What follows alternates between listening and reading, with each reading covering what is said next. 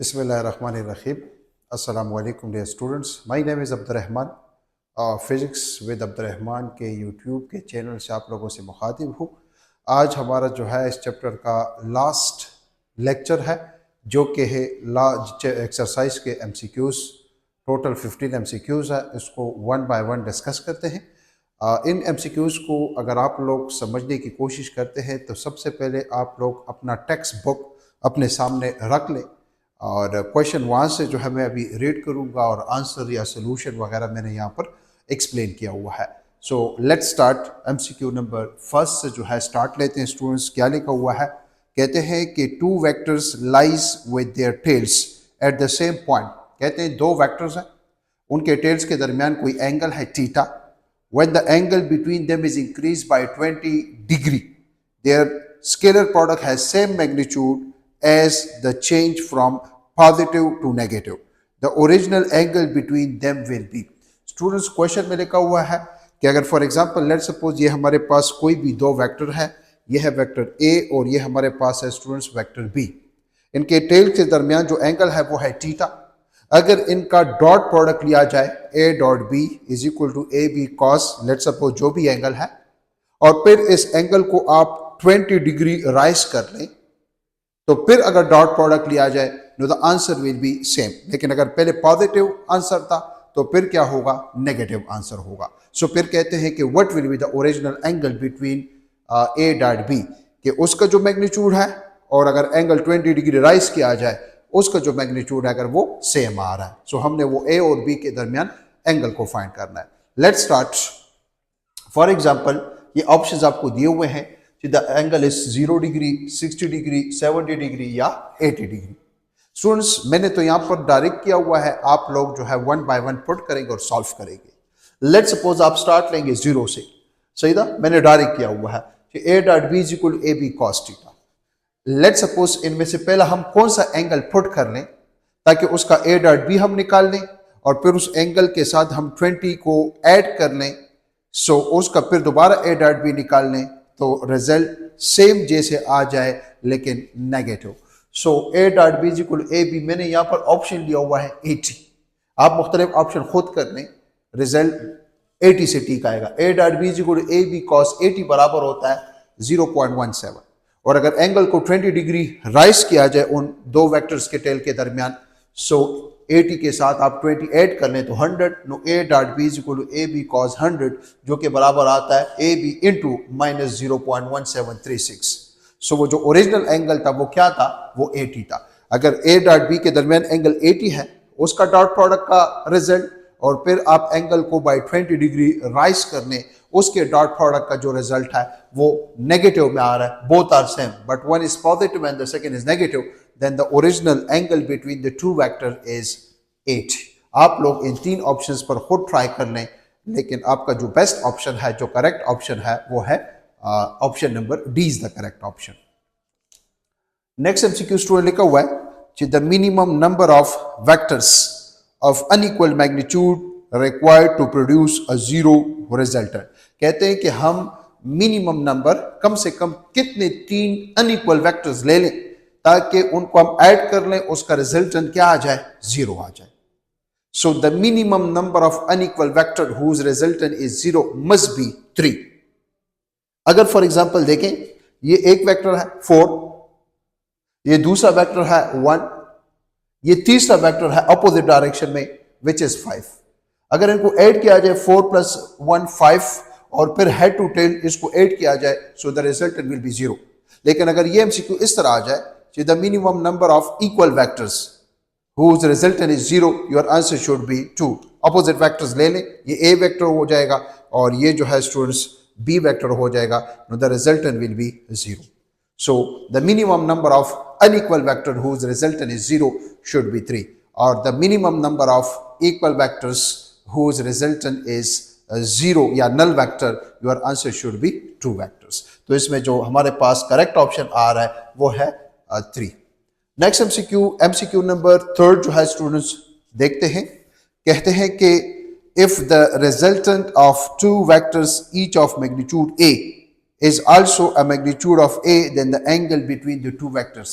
Student, this is very important। अगर दो vectors हैं, let's suppose one is vector A and the second is vector B. Vector A जो है वो भी ए है और वेक्टर बी जो है वो भी ए है, उसका मैग्नीट्यूड सेम, और जो रिजल्टेंट वेक्टर आर है स्टूडेंट्स, उसका मैग्नीट्यूड भी ए है। अगर ये 10 न्यूटन है, ये भी 10 न्यूटन है और रिजल्टेंट भी 10 न्यूटन है, then what will be the angle between the two vectors? Your answer should be 120 degree. How? By this formula, अगर आपको एक वेक्टर का मैग्नीट्यूड दिया जाए, दूसरे वेक्टर का मैग्नीट्यूड दिया जाए और उनके टेल्स के दरमियान एंगल दिया जाए और आपसे कहा जाए find the resultant, so formula याद रखें, R is equal to under root A square plus B square plus 2ab cos theta. ये हमारे पास फार्मूला है, इसका प्रूफ है, लेकिन यहां पर करने की जरूरत नहीं है। सो इन्होंने कहा हुआ है जो ए वेक्टर है उसका भी लेट्स सपोज मैग्नीट्यूड ए है, जो बी वेक्टर है उसका भी मैग्नीट्यूड ए है, और जो रिजल्टेंट वेक्टर है उसका भी अगर मैग्नीट्यूड ए है, तीनों वेक्टर का अगर मैग्नीट्यूड सेम है, तो what will be the angle between two vectors A and B. Let's start. Resultant vector R is equal to under root A square plus B square plus 2ab cos theta. First vector A जो उसका magnitude let's suppose हमने A लिया, second vector B जिसका magnitude हमने A लिया, और 2 ए की जगह ए, बी की जगह ए cos थीटा, और जो रिजल्टेंट वेक्टर है उसका भी हमने मैग्नीट्यूड जो है वो ए ले लिया। जब हमने इसको जो है सॉल्व किया, सो हमारे पास आ रहा है a square taking squaring both side, no a square is equal to, solve करें, जस्ट सिंपल मैथमेटिक्स है, so theta will be equal to cos inverse half, और cos इनवर्स माइनस हाफ है, sorry cos inverse minus half. और students याद रखें cos inverse minus half अगर आप calculator से इसकी वैल्यू फाइंड करते हैं तो ये आंसर आप लोगों के साथ आता है 120 डिग्री। एक और बात याद रखें, जब भी आपसे कहा जाए तो आंखें बंद करके आप इसका आंसर निकाला करें कि अगर फर्स्ट वेक्टर का मैग्नीट्यूड, सेकेंड वेक्टर का मैग्नीट्यूड और रिजल्टेंट वेक्टर का मैग्नीट्यूड सेम है, तो उन दो वेक्टर्स के दरमियान जो एंगल होगा वो होगा 120 डिग्री। या बाज़ औक़ात आपसे कहा जा सकता है कि फर्स्ट वेक्टर का मैग्नीट्यूड है 5, सेकेंड वेक्टर का मैग्नीट्यूड है 5, और दो वेक्टर के दरमियान जो एंगल्स है उनके टेल्स को जोड़ के एंगल देखा जाता है, वो 120 है, तो रिजल्टेंट वेक्टर का जो मैग्नीट्यूड होगा वो भी 5 होगा। सो इसमें हमारे पास जो करेक्ट ऑप्शन है वो हमारे पास है option number D. Next MCQ क्या लिखा हुआ है, कहते हैं कि एमसीक्यू नंबर 5, इधर जो है कुछ मिस वो हुआ है, एमसीक्यू नंबर 5 में लिखा हुआ है कि सॉरी 4 में, the magnitude of vector A is 2i plus j plus 2k। आपको एक वेक्टर दिया हुआ है स्टूडेंट्स, ये एमडीकेट का रिवाइज एमसीक्यू है। आपको एक वेक्टर दिया हुआ है कंपोनेंट फॉर्म में, जो कि उसका x कंपोनेंट भी है, y कंपोनेंट भी है और z कंपोनेंट भी, उसका आपने मैग्नीट्यूड फाइंड करना है। सो इधर मैंने सॉल्व किया हुआ है उस वेक्टर का ax का स्क्वायर प्लस ay का स्क्वायर प्लस az का स्क्वायर अंडर रूट, ax है 2, ay है 1 और az है 2। सॉल्व कर लें, your answer should be 3। So which option is the correct option? Option number C is the correct option. Next MCQ क्या लिखा हुआ है स्टूडेंट्स, कहते हैं कि if force X component is 3 Newton and the force is resultant force is 5 Newton, what will be the Y component, force Y component magnitude Fy find करना है। Students अगर ये एक फोर्स है F, इसके दो कंपोनेंट्स है, one is Fx and the second is Fy, तो आपको F भी गिवन है, Fx भी गिवन है, Fy फाइंड करना है यूजिंग पाइथागोरस थ्योरम, जो हाइपोटेन्यूज का square is equal to base का स्क्वायर प्लस परपेंडिकुलर का स्क्वायर। हाइपोटेन्यूज है 5, तो 5 का स्क्वायर, बेस है 3 का स्क्वायर और परपेंडिकुलर है Fy, तो Fy का स्क्वायर, हमने Fy फाइंड करना है। तो सिंपल कैलकुलेशन है, सॉल्व कर लें, your answer should be, force का जो Y कंपोनेंट है वो हमारे पास आ रहा है 4 न्यूटन, तो इसमें जो करेक्ट ऑप्शन है वो है option number B. Next MCQ students, MCQ number 6 को देखते हैं कि 6 में क्या लिखा हुआ है। कहते हैं a metre stick is supported by knife. एक मीटर स्टिक है जिसको नाइफ से सपोर्ट किया हुआ है 50 सेंटीमीटर मार्क। 1 मीटर स्टिक है, टोटल 100 सेंटीमीटर लेंथ है स्टिक का, जिसको दरमियान से नाइफ से सपोर्ट किया हुआ है, पाइवोट किया हुआ है 50 सेंटीमीटर के मार्क से। Arif hangs masses of 0.40 kg and 0.60 kg from the 20 centimeter and 80 centimeter mark. Scale पे 20 सेंटीमीटर के फासले पर या 20 सेंटीमीटर पर 0.4 kg का मास और 80 सेंटीमीटर के पर जो है 0.6 kg मास को हैंग करता है। कहते हैं कि where should a third mass of 0.30 kg to keep the stick balance. इसका मतलब है यहाँ पर हमने प्रिंसिपल ऑफ मूवमेंट को इस्तेमाल करना है।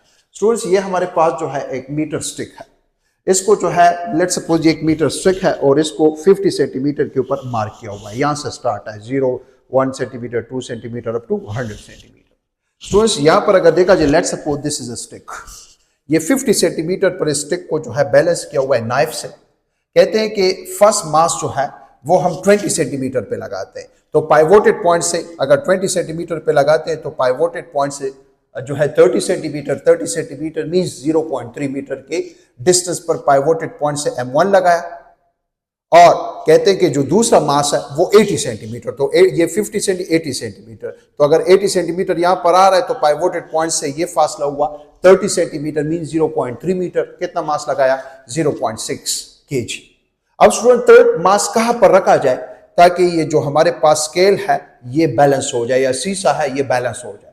तो स्टूडेंट्स डिस्टेंस दोनों का सेम है, ये मास 0.4 kg, ये है 0.6 kg, ये मास ज्यादा है, तो थर्ड मास यहां से हमें अंदाजा हो रहा है कि हम लेफ्ट साइड पे रखेंगे, लेकिन पाइवोटेड पॉइंट से कितने फासले पे रखें ताकि ये सीसा बैलेंस हो जाए। तो लेट्स सपोज इसको हमने R3 का नाम दिया और ये M3 है, तो इधर दो मासेस है, one is M1 and the second is M3, और इधर एक मास है M2। सो लेट्स सपोज अगर इसकी वजह से एंटी क्लॉकवाइज, लेट्स सपोज इसकी वजह से clockwise star, then the seesaw, yeah, the scale will be in equilibrium according to principle of equilibrium. Anti-clockwise torque is equal to clockwise torque. यहां पर अगर देखा जाए एक मास पड़ा हुआ है, वो तीसरा मास पड़ा हुआ है, सो टॉर्क 1 प्लस torque 3 is equal to torque 2। Torque 1 बराबर है R1 क्रॉस W1, टॉर्क 3 बराबर है R3 क्रॉस W3, और टॉर्क 2 बराबर है R2 cross W2। Students values है जस्ट पुट करने, यू विल गेट, आपके साथ जो आंसर आ जाएगा पाइवोटेड पॉइंट से कितने फासले पे रखना है, 30 centimetre. So your option is 30 centimetre. Next MCQ में क्या लिखा हुआ है स्टूडेंट्स सुने, कहते हैं कि if AX is 1.5 centimetre and AY is -1.0 centimetre, into which quadrant do the vector A लाई। आपको जो है एक वेक्टर के कंपोनेंट्स दिए हुए हैं, एक्स कंपोनेंट भी दिया हुआ है, वाई कंपोनेंट भी दिया हुआ है, और स्टूडेंट आपसे कहा जा रहा है कि आप लोग हमें बताएं कि ये जो वेक्टर है ये कौन से क्वाड्रेंट में लाई कर रहा है। तो टोटल 4 क्वाड्रेंट है, लेट्स सपोज देखते हैं। ये एक वेक्टर है, ये मैंने ऑप्शन दिए हुए हैं, first quadrant, second quadrant, third quadrant and fourth quadrant. ये आपको ऑप्शन दिए हुए AX बराबर है 1.5, AY बराबर है -1। एक्स कंपोनेंट पॉजिटिव है, वाई कंपोनेंट नेगेटिव है। तो स्टूडेंट्स ये एक रेक्टेंगुलर कोऑर्डिनेट सिस्टम है, 2 डायमेंशन। फर्स्ट क्वाड्रेंट में एक्स भी पॉजिटिव, वाई भी पॉजिटिव, इसका मतलब है फर्स्ट में तो लाई नहीं कर रहा क्योंकि एक्स पॉजिटिव है, वाई नेगेटिव है। सेकंड क्वाड्रेंट में एक्स नेगेटिव होता है, वाई पॉजिटिव होता है। थर्ड क्वाड्रेंट में एक्स और वाई दोनों नेगेटिव होते हैं, और फोर्थ क्वाड्रेंट में एक्स पॉजिटिव है, वाई नेगेटिव है। एक्स पॉजिटिव है, वाई नेगेटिव है, तो इसका मतलब है फोर्थ क्वाड्रेंट में ये वेक्टर लाई कर रहा है। कौन सा ऑप्शन करेक्ट है? D option is the correct option. Next MCQ students सुने, कहते हैं कि MCQ number 8, A dot A cross B is equal to A dot A cross B। अगर for example let's suppose students ये दो vectors हैं, अगर देखें ऑलरेडी हमने पढ़ा है A cross B is equal to, ये A वेक्टर है, ये B वेक्टर है, A क्रॉस B से C वेक्टर आएगा। सो पहले A क्रॉस B को सॉल्व करते हैं। A अपनी जगह पर, ये जो रिजल्टेंट वेक्टर है C, इसका डॉट अगर A से आप ले लें या उसका डॉट अगर आप ले लें रिजल्टेंट वेक्टर का B से, तो इसका मतलब ये हो जाएगा A dot C is equal to AC cos 90, और cos 90 बराबर होता है 0। तो इसका मतलब है अगर आप A क्रॉस B से जो रिजल्टेंट वेक्टर आता है उस रिजल्टेंट वेक्टर का किसी भी A वेक्टर के साथ या B वेक्टर के साथ अगर आप डॉट लेते हैं, so A dot C dot A या A dot C is equal to AC cos 90, और cos 90 बराबर होता है 0। Know the result will B 0। तो कौन सा ऑप्शन करेक्ट है? Option number A is the correct option. Next students क्या लिखा हुआ है, कहते हैं two forces of magnitude 20 Newton and 50 Newton. दो फोर्सेस है साइमल्टेनियसली किसी बॉडी के ऊपर लग रहे हैं, one is 20 Newton and the second is 50 Newton. Which of the following can not be the possible result of the two forces. कहते हैं इनमें कौन सा पॉसिबल रिजल्ट, पॉसिबल आंसर नहीं है। Let's start students. कहते हैं कि हमारे पास ऑप्शन भी दिए हुए हैं, दो फोर्सेस किसी बॉडी पर साइमल्टेनियसली लग रहे हैं, force is a vector quantity, तो अगर देखा जो उसका मैक्सिमम रेंज क्या हो सकता है, दोनों को ऐड कर लें, 50 + 20 70। और मिनिमम रेंज क्या हो सकता है, अगर पैरेलल हो तो ऐड, अगर एंटी पैरेलल हो तो subtract. So F2 minus F1 which is equal to 30 newton. So जो रेंज है वो 30 से लेकर 70 न्यूटन। तो इसका मतलब है उसमें हमारे पास वो फोर्सेस लाई करेंगे वो जो 70 और 30 के दरमियान हो। 70 भी हो सकते हैं, 30 भी हो सकते हैं और इनके दरमियान भी हो सकते हैं रिजल्टेंट फोर्स। 30 भी हो सकता है, 40 भी हो सकता है, 70 भी हो सकता है, लेकिन 20 नहीं हो सकता, क्योंकि मिनिमम जो रेंज है वो है हमारे पास 30। Minimum is 30 and maximum is 70। सो आपका जो आंसर होगा वो क्या होगा, क्या नहीं हो सकता, 20 Newton is not possible.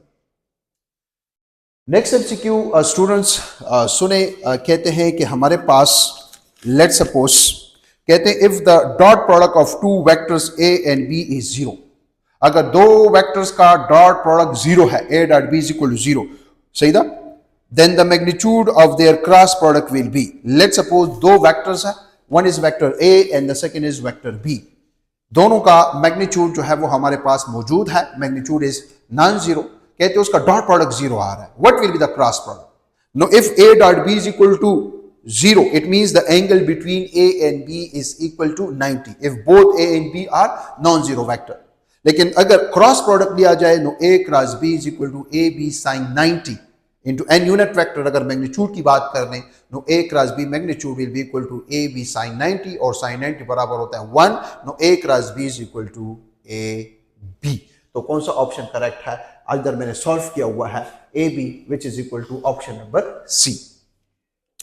Next MCQ में स्टूडेंट्स क्या लिखा हुआ है सुने, the magnitude of the sum of magnitude of two forces is 16 Newton.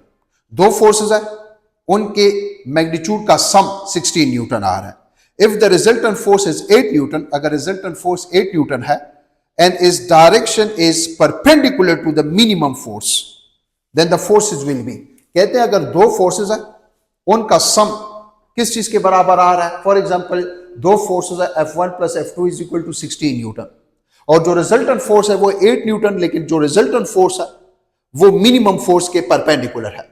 So let's suppose ये F1 है, ये जो रिजल्टेंट फोर्स है, रिजल्टेंट ये मिनिमम फोर्स के परपेंडिकुलर, इसको मैंने F1 का नाम दिया, ये रिजल्टेंट फोर्स है। सो रिजल्टेंट फोर्स हमने परपेंडिकुलर इसलिए लिया क्योंकि इन्होंने कहा हुआ कि resultant force is perpendicular to the minimum force. Let's suppose this is resultant, this is F1, this is F2। हमने क्या फाइंड करना है, वो दो फोर्सेस फाइंड करना है। तो अगर देखा जाए बाय यूजिंग पाइथागोरस थ्योरम, जो हाइपोटेन्यूज का square is equal to base का स्क्वायर प्लस परपेंडिकुलर का स्क्वायर, F2 का square is equal to F1 का स्क्वायर प्लस रिजल्टेंट, या resultant is equal to under root F2 square minus F1 square. Students resultant आपको given है जो कि बराबर है किस चीज के, the resultant is equal to 8। अब याद रखिए स्टूडेंट, मैं यहाँ पर F2 और F1 क्या पुट कर लो, मुख्तलिफ ऑप्शंस गिवन है ताकि मेरे साथ रिजल्टेंट 8 आ जाए, तो आप लोग सॉल्व कर लें। इधर मैंने जो है यहाँ पे लिखा हुआ है कि अगर फॉर एग्जांपल ये जो है हम 10 ले लें, F2 हम 10 ले लें, if F2 is equal to से 10 का स्क्वायर माइनस F1 इज 6 का स्क्वायर, नो 10 स्क्वायर 100 और 6 का स्क्वायर 36, 100 माइनस 36 64 और अंडर रूट 64 बराबर आ रहा है किस चीज के, 8 के। तो इसमें जो करेक्ट ऑप्शन है स्टूडेंट्स वो हमारे पास है option number A is the correct option. MCQ number 12 में क्या लिखा हुआ है सुने स्टूडेंट्स, कहते हैं कि find the mass of the uneven rod shown in the figure if its centre of gravity is 14 centimetre from end A. ये आपको जो है एक फिगर दिया हुआ है, ये पाइवोट है, लेट्स सपोज एक अनबैलेंस रॉड है जो कि हमने पाइवोट किया हुआ है। इधर हमने एक मास सब्सटेंट किया हुआ है 80 ग्राम। कहते हैं आप इसकी सेंटर ऑफ ग्रेविटी कितने फासले पर होगी ताकि ये जो है पाइवोट हो या ये जो है हमारे पास बैलेंस हो। सो ये जो मास स्टूडेंट्स लगाया हुआ है ये 20 सेंटीमीटर के फासले पे लगाया हुआ है। कहते हैं कि ये जो मास है ये 14 सेंटीमीटर ये हमारे पास है। टोटल यहाँ से जो फासला है वो है 30 सेंटीमीटर। ये मास 80 ग्राम 20 सेंटीमीटर के फासले पे लगाया हुआ है। ये जो सेंटर ऑफ ग्रेविटी है ये 14 सेंटीमीटर पे लाई कर रहा है। सो अगर ये 30 है और ये 14 है तो स्टूडेंट्स ये हो जाएगा पाइवोटेड पॉइंट से 16 सेंटीमीटर का फासला हो जाएगा। This is so according to हमने यहाँ पर सेंटर ऑफ ग्रेविटी फाइंड करना है, मतलब है कि हमने यहाँ पर मास फाइंड करना है। What will be the mass of this rod which balance. So anti-clockwise torque is equal to clockwise torque. Let's suppose इसकी वजह से एंटी क्लॉकवाइज, उसकी वजह से क्लॉकवाइज. सो इसको हमने नाम दिया R1 cross W1 is equal to R2 cross W2. So R1 आपके पास है 16 और यहां पर अगर देखा जाए जो वेट 1 होगा वो होगा M1G लेट्स सपोज, और ये हो जाएगा हमारे पास R2 जो कि फासला है 20 और मास है M2G या MG. G के साथ cancel. 16m is equal to 20 into 80. Solve कर ले हमने तो m फाइंड करने 16 उधर शिफ्ट हो जाएगा. योर आंसर शुड बी 100 ग्राम. तो इस रॉड का जो मास होगा वो हमारे पास होगा 100 ग्राम. तो कौन सा ऑप्शन करेक्ट है? Option number A is the correct option. Next MCQ में स्टूडेंट्स देखते हैं कि हमें क्या दिया हुआ है. सुने, कहते हैं कि आप लोग हमें बताएं कि the following diagram shows in a uniform rod what its rod with its midpoint of the pivot. Two equal forces F are applied on the rod as shown in the figure. Which diagram is in the equilibrium? मुख्तलिफ rods आपको दिए हुए हैं. Equilibrium students already हमने पढ़ा हुआ है कि if anticlockwise torque is equal to clockwise torque and the second is if the net force is 0. तो यहाँ पर हमारे पास जो है बात हो रही है सीसाई की. तो अगर इसकी वजह से फॉर एग्जांपल लेट्स सपोज इसकी वजह से अगर क्लॉकवाइज टार्क है, इसकी वजह से एंटी क्लॉकवाइज टार्क, ये पाइवोटेड पॉइंट है. अगर देखा जाए दोनों फोर्सेस का मैग्नीट्यूड भी सेम है तो इसका मतलब है ये जो ऑप्शन होगा ऑप्शन सी इसमें करेक्ट होगा, क्योंकि ये इस रॉड को किस चीज में रखेगा? इक्विलिब्रियम कंडीशन में रखेगा. नेक्स्ट 2 MCQs जो है वो डिस्कस करते हैं.